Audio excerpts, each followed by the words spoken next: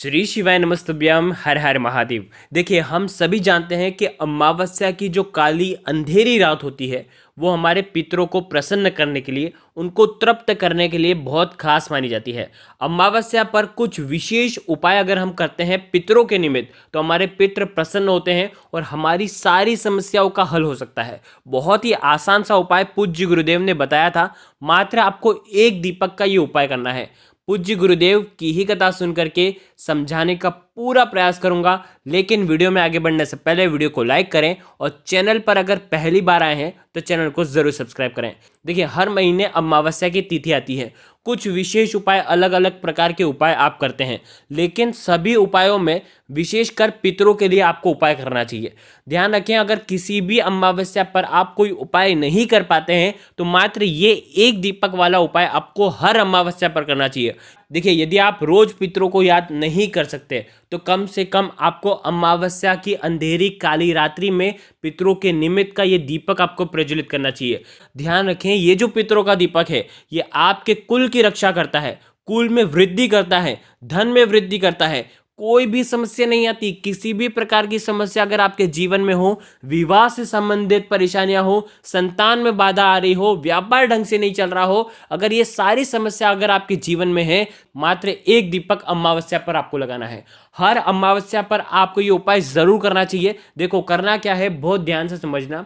एक आटे का दीपक तैयार करना है। देखो, अगर आटे का दीपक नहीं तैयार कर सकते हैं तो आप माटी का दीपक भी ले सकते हैं। आपको क्या करना है, अगर आटे का दीपक बना रहे हैं तो हमेशा की तरह बिना नमक का आटा मढ़ें और उसका दीपक तैयार कर लें। ठीक है।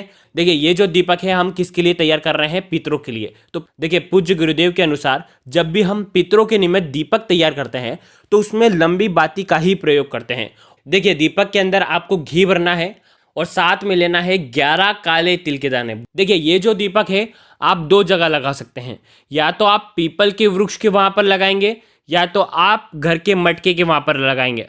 देखिए, पहला जो है पीपल के वृक्ष के वहां पर लगा सकते हैं। यदि आपके पास समय नहीं है, पीपल के वृक्ष के वहां पर नहीं जा सकते हैं, तो आप आपके घर में जहां पर मटका रखा है वहां पर आप लगा सकते हैं। आप जब दीपक लगाएंगे तो दीपक को सबसे पहले प्रज्वलित कर देना। ठीक है। और आपको ये जो दीपक रखना है वो दक्षिण दिशा की तरफ रखना है, यानी कि जो दीपक का जो मुख होगा वो दक्षिण दिशा की तरफ होना चाहिए। ठीक है, क्योंकि दक्षिण दिशा से ही पितर आते हैं और दक्षिण दिशा जो होती है वो पितरों की होती है। अब आप क्या करेंगे, यदि आप घर पर भी रख रहे हैं मटके के पास में तो भी दक्षिण दिशा की तरफ ही दीपक का मुख होना चाहिए। अब आपके हाथ में रहना चाहिए 11 काले तिल के दाने। काले तिल से पितर जो है वो तृप्त होते हैं, क्योंकि काले तिल भगवान विष्णु को भी प्रिय हैं। काले तिल आप आपके सीधे हाथ में रखेंगे और आपको 108 बार, देखिए नियम से अगर आप चलते हैं तो 108 बार, नहीं तो फिर तो आप 11 बार भी जाप कर सकते हैं, 21 बार भी कर सकते हैं, 31 बार भी कर सकते हैं, लेकिन नियम के अनुसार 108 बार अगर आप जाप करते हैं तो आपके पितृ बहुत प्रसन्न होते हैं और आपका जो पितृ दोष है वो पितृ आशीर्वाद में बदल जाता है। 108 बार ओम पितृ देवताय नमः, ओम पितृ देवताय नमः, इस मंत्र का जाप करना है। दीपक प्रज्वलित रहना चाहिए और उसके बाद ये 11 काले तिल के दाने दीपक के अंदर आपको डाल देना है। बस इतना सा उपाय करना है। पितरों को प्रणाम करना है। जैसे आप घर पर आएंगे आपको हाथ धो लेना है। यदि आप घर पर भी कर रहे हैं तो आपको हाथ धो करके, यदि आपने घर पर दीपक लगा रखा है तो उसको अगले दिन किसी भी पीपल के वृक्ष की जड़ में आपको रख करके आ जाना है। बस इतना सा उपाय करना है। अगर आपको कुछ भी चीज समझ में ना आए तो कमेंट में पूछ लेना, गलती नहीं करना है। श्री शिवाय नमस्तुभ्यम हर हर महादेव।